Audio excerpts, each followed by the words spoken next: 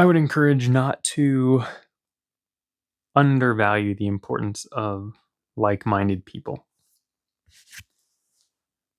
Not an echo chamber, not people who let you get away with things, but people who you feel encouraged and supported when you're around. We can find complacency so quick. It's kind of scary. Most people know they want to be encouraged, and most people want to be supported. Most people want to be valued, loved. Most people want to offer those things. But we make little compromises in many places. And I think as people, we have a tendency to forget certain needs very quickly, or we just accept them when they come in well below the mark. And then we just say, well, I'll take what I can get. I'll tell you, I've fought very hard for healthy and good relationships. And I actually think the harder battle is finding them in the first place. It can be a hard battle to keep healthy relationships. Usually you're battling an issue of sustaining versus an issue of discovery. And typically, I realize it more and more every year of my life that the type of experience you're looking for overall probably exists. And I don't think people realize how much they contribute to their own suffering. And I'm going to add a caveat in advance that yes, there are real circumstances that people can't avoid. There are real circumstances where you did nothing to cause them. Chance is a real thing. Being just unfortunate in a scenario is a real thing. And being unlucky, if you want to use that term, are real. And there's also something that happens when you aim for something. You have a tendency to get there. Think about this. Think about someone who has a dream of being an artist. They want to pay their bills. Maybe they want to be the greatest artist to ever live. A painter, beautiful painter. And you have two people who believe this. And one person says, I'm going to go for this. I really want this. I really want it. And I really believe in it. And the other person says, no, I don't. I mean, I want it, but, you know, it's all about, knowing the right person or being born to the right family. And we don't have money. It's all, you got to have the money to do it, go to the right school, get the right connections. And it's just not realistic, and it is what it is. And let's say person two, the more pessimistic one, actually wins an art competition at their school. They still do it passively, even though they're pessimistic, and they get their name in local newspaper with a little black and white printed image that doesn't really encapsulate the art, but it's still published, right? And it's a painting and it's there. And person one, who really wants to make a go of it, doesn't even get a mention in the paper. They don't even get recognition. They don't really even know if it was a good piece. But they're not really discouraged because they believe that this is a very joyful route of their life that they could go. And they're also really aware that they might fail and that most people won't be able to pay the bills with art. But they decide, I'm going to keep doing art. I'm going to keep being around people who do art. And I'm going to gravitate towards people who have the same mind around art, maybe the same philosophy around creating. And I'm going to keep pushing in that direction. And they do that for the next 10 years.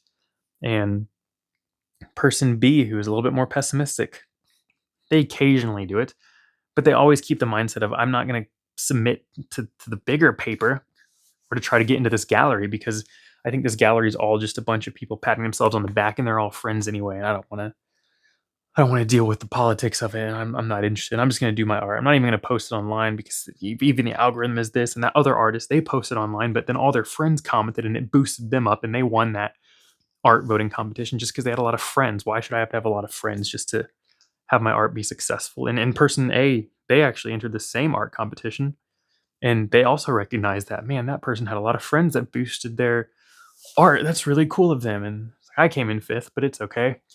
And they keep doing art. And over time, person A just realizes that they do really love the art. And they keep doing it. And by the end of their life, they do make money doing it. Handful of people know their name. They sell prints. They never were fully able to quit their full-time job, but they were able to go part-time, and they were able to do more of what they wanted in life. And they found a lot of joy and satisfaction in the art that they did and the people that they met. And they got to be around artists and creative people. And along the way, they took up music as well. And they actually took up stenciling as well as the painting because they met people who really inspired them and helped encourage the creative side out of them, and ended up having a very fulfilling creative life. And person B maintained this bitterness, and they also kept working on art, but it got less inspired, and they always felt like there was no opportunity out there, while simultaneously they just stopped ever submitting their art. They chose not to be around other artists or be connected with people who do art, because what's the point? What's the point of doing that? And they're all conceited, and they all just pat each other on the back, and it's all politics anyway, right? And they always worked a regular job full time, and occasionally made time for their art, and ultimately died believing the system was rigged against them. And the way that you choose to go about anything in life will dramatically affect where you go. Dramatically. You are still subject to, again, let's call it luck or chance. And a big break can happen randomly, and it doesn't mean you even did a good job. Maybe you hit the algorithm right, or the right curator saw your thing, or the right person read your resume out of 1,000 and said, I just want to give that person a shot. And 500 other interviewers and hirers would have thrown your resume in the trash, but that person just kind of felt like, maybe I like them, and they just came back from a really good lunch, and they're like, let's give them a shot. And you got it. You both heavily control your life while simultaneously having very little control over it. You control how you move about and what you contribute.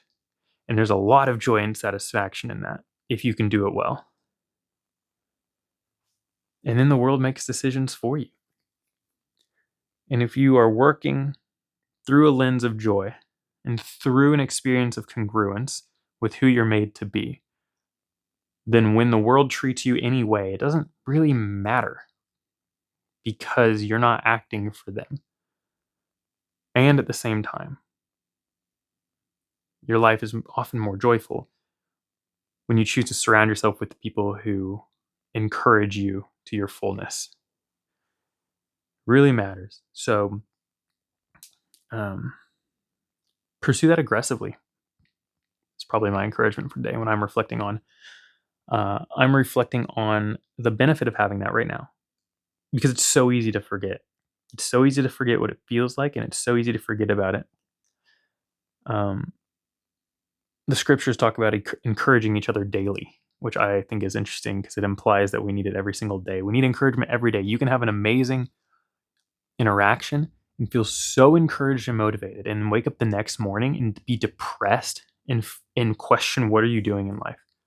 How can you flip so fast? But also, you flipped from discouragement to encouragement in one conversation or one nice word from another person. So of course you could be destroyed with the same impact the other direction, right?